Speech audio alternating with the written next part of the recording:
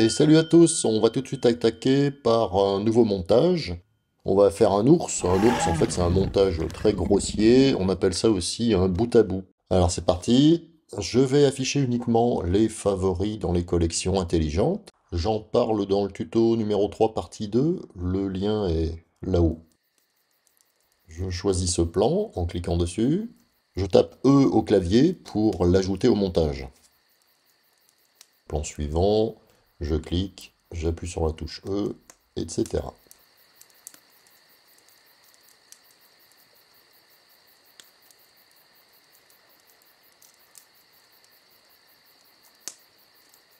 Et la piscine pour terminer.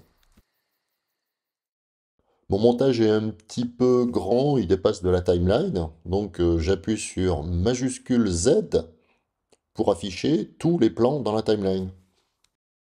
Alors attention, il faut que la souris soit là en bas. Si elle est là-haut, ça ne fonctionnera pas. Et il faut bien que la souris soit en bas, dans cette zone.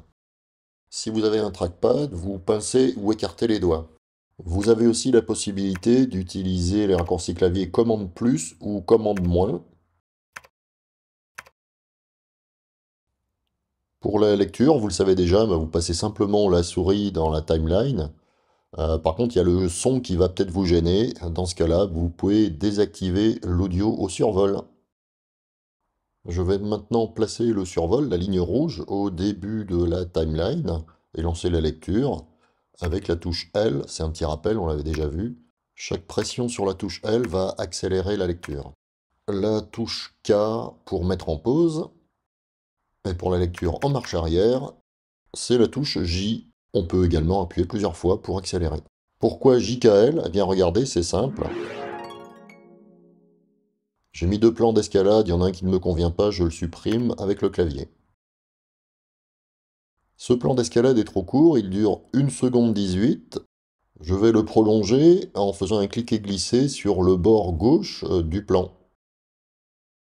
Je tire vers la gauche et on voit que là je rajoute quelques secondes. Voilà, je vais m'arrêter là à 3 secondes 16. Alors vous voyez, en bougeant la coupe, il y a deux images dans le visualiseur. Alors à quoi ça va servir? Bien regardez, j'ajoute un plan pour compléter la scène du plongeon. Alors, je sélectionne la partie qui m'intéresse, donc jusqu'à ce que les mains touchent l'eau, à peu près là. Ok. Alors si la totalité du plan est déjà sélectionnée, on peut modifier le cadre jaune ou le désélectionner avec Option, clic. Voilà, maintenant que j'ai la sélection, je la glisse entre l'escalade et la piscine.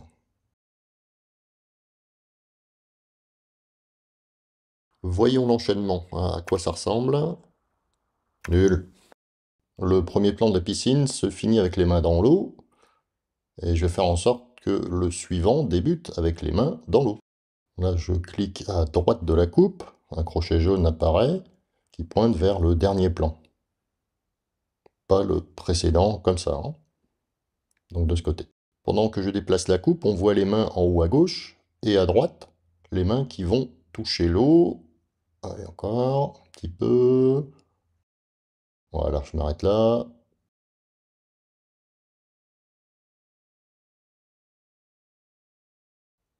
Je vérifie ce que ça donne à vitesse normale, en avant et en arrière. C'est pas mal. Je peux aussi faire une lecture au ralenti ou image par image avec les flèches du clavier, droite ou gauche. On peut aussi déplacer un plan déjà en place, n'importe où, dans la timeline. C'est terminé pour aujourd'hui, on a vu les bases du montage. Pour le prochain tuto, vous aurez besoin d'une machine à coudre, parce que je vous montrerai comment habiller votre ours. L'habillage, c'est ce qu'on va ajouter autour du film, de la musique, des titres par exemple. Je place le pointeur de souris, la ligne rouge, à l'emplacement où doit apparaître le titre et je tape CTRL-T au clavier. Ensuite, un double clic sur la bande violette et je tape le texte. On verra plus en détail les titres et d'autres choses dans le prochain volet. A bientôt! Pensez au petit coup de pouce, merci, à bientôt!